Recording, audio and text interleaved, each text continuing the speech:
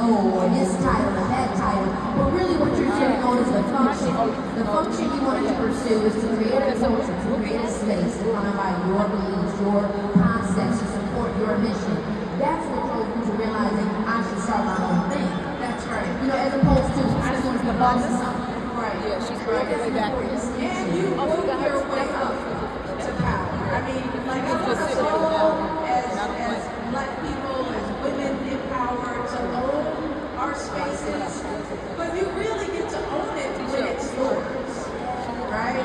And sometimes we get to do that, and sometimes we don't. I've been fortunate enough to be in positions where I run my own organization, and then being the First Lady of the United States is basically being the CEO of the section of the White House, right? And that's when I was able to say, this is what this will be while I'm at the point, right? But I still had to think about the role itself. You know, so when it came to fashion, look, so to speak, you know, I've written about the fact that wearing my hair in braids, I started wearing my hair in braids in college, right? But as I went up the professional ranks, being a lawyer, they wanted, you know, I didn't want my hair to be a part of the conversation. I wanted to get the job, so I was straightening my hair just like everybody, and every black woman in the The crown that just passed a couple of years ago, so it definitely was something that was held we back. didn't have that freedom. So I made the decision, you know, look, America is struggling enough to accept the first black president and first lady. I'm not going to make my hair the issue, you know, but that was a choice. You know, I was like, we need to get health care passed. You know, we need to focus on getting kids educated and taking Because care of really, what is most important, that process of litigation of what you actually you're trying to get that level of responsibility and objectivity. It's really it is about something more than what I wanted, right? And when as First Lady of the United States, it wasn't about what I needed to look like.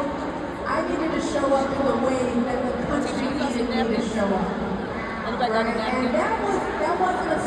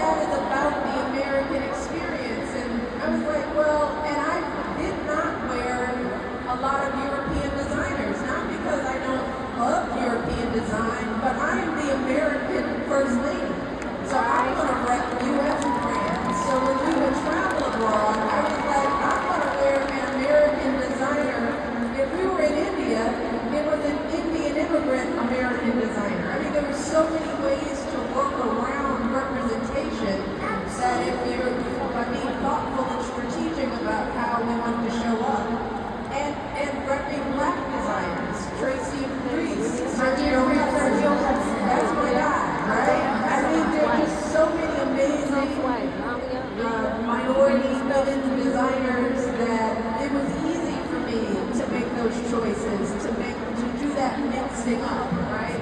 And we also had to think about the cost of some of these clothes. I mean, being first lady, it's expensive. Girl, I would look at the clothing bill and be like, girl, I'm like, dude, just stand down. Just stand down, man.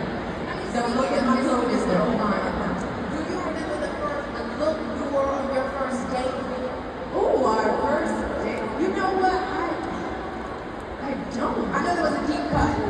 I remember what I was wearing when we had our first kiss.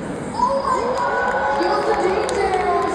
I do remember that. I hope he's happy that I remember that even before the first date. But I remember it because we were going to he was a summer associate at the law firm I was working for. So they had this summer associate outing at a partner's house in the uppity rich part of Chicago in one of the northern suburbs. So we had gone out there for the day and played basketball and volleyball and all that. And I gave him a ride because he had a janky car and I was driving aside. So I was like, you want to ride with me? So I had to take him back. And he was like, are you busy? And I was like, oh, I got a little time. And we went on a walk down 53rd Street and stopped to get ice cream. I was wearing black biker shorts and this black and gold striped top. I didn't remember that. It was short sleeves. It was sort of a long t-shirt. Okay. I remember that clearly because we went and got ice cream and sat outside the ice cream place on the curb. I had chocolate, and he leaned over and he said, "Can I have a kiss?" Yes. Girl, I see the movie now. I don't know who the man is, but I'm you. The love story. Keep it calm as Michelle Obama. I'm here for that moment. Okay, my publishers are here. You know they're working on that now. Let's start that. I need the romance. I want it to be the love story. Yes. So sweet. I remember that. I mean, your life has been so public. I mean, it can never really go backwards. And I know I'm always hearing this. You say this when you talk on your podcast, when you talk on my podcast, when we're talking right now. You seem to have no qualms about protecting your inner world and your sense of self. I want to distill that for the audience. Like, what is that process for you? How does one protect their inner selves, being so perceived? And now we have it on the internet. Even if you're not an entertainer or you don't decide to be a public figure, every single one of us is being perceived constantly. And once you are perceived or you are viewed, you change, right? Once you're not who you are in your room alone, when somebody's watching you, you become someone else. So how does one preserve that sense of self? You know, it's becoming more and more difficult with AI, social media. I mean, just to put it in perspective, KeKe, when we entered the White House, there was no social media. Social media did not exist, and thank God it did not, right? We had Blackberries. Y'all remember the Blackberries? I used to love BBM. I mean, they didn't let Barack, as the president, have an iPhone because it was a security risk, right? So I think, first of all, that helped a bit because social media was just starting, right? Yeah. We were the first presidency coming into being at the beginning of social media. So I think that helped a little bit. So I wasn't used to being able to know everything that every